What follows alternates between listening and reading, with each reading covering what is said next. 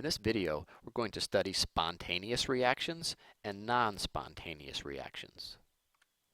The following are two different spontaneous reactions: the exploding of fireworks and the rusting of a car. Now, you might be saying to yourself, well, how can the rusting of a car be spontaneous? That takes so long. Well, that's because the word spontaneous in chemistry means something different than what it does in everyday usage. Usually, when we say spontaneous, we mean rapidly or quickly, but in chemistry, that's not the case at all. Knowing if a reaction is spontaneous only tells us if a reaction will occur. It does not tell us how fast it occurs. So once again, the burning of the fireworks and the rusting of the car are both spontaneous because both of them will occur without any outside intervention. Conversely, if we want to see if this ring will rust, we could place it on a counter for, 100 years. And you know, after 100 years, this won't react at all with oxygen from the air. So the rusting of this gold will never happen. So we would call that non-spontaneous. So how do we predict if a reaction is spontaneous or not? Well, we can use the activity series to help us with that. Remember that the metals on the left are the most reactive, and the metals on the right are the least reactive. You know that metals tend to lose electrons.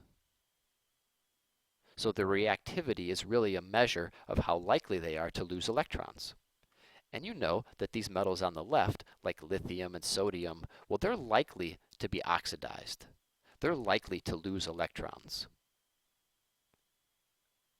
Conversely, the metals down here, like silver and gold, these aren't likely to lose electrons at all.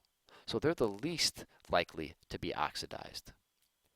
In fact, they're actually likely to be reduced. Silver and gold are more likely to gain electrons than they are to lose them. So let's look at the oxidation of lithium. Lithium will turn into lithium ion, and it will give off an electron. This is likely to happen. Now here we have gold turning into gold ion. Have you ever seen gold turn into gold ion? Yeah, I haven't either. So it turns out that this is not likely to happen at all. In fact, like we mentioned, if we have a gold ion, it's likely to gain electrons. So this here is likely to be reduced to elemental gold. We've seen this before. Here we have a zinc atom giving electrons to copper plus 2. So this is the zinc bar. Zinc, as it enters into the solution, gives off 2 electrons and becomes zinc plus 2. It gives those 2 electrons to copper plus 2. When the copper ion gains those 2 electrons, it turns into elemental copper. Now you know that this reaction will happen on its own. You've seen it several times already. We don't have to supply any energy. We don't have to intervene in any way. It proceeds on its own. So we have zinc turning into zinc plus 2 and giving off 2 electrons. And then we have the copper ion gaining 2 electrons and being reduced to elemental copper. So our overall reaction is zinc turning into zinc ion and copper ion turning into elemental copper. And once again, this reaction is spontaneous.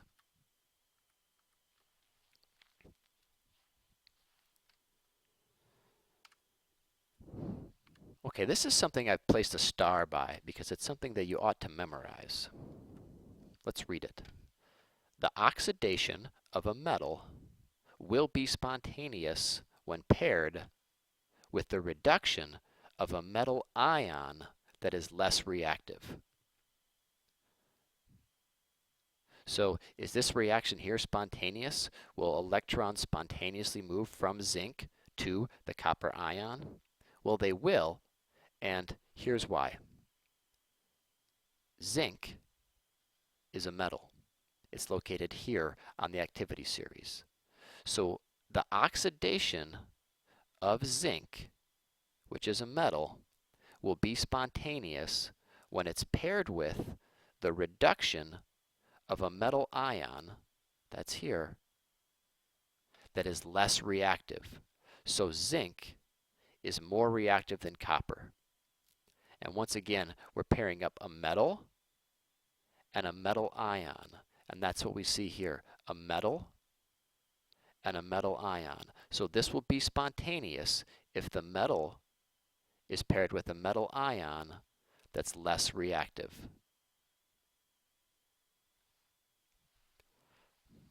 So will this reaction be spontaneous? Yes. How fast will it occur?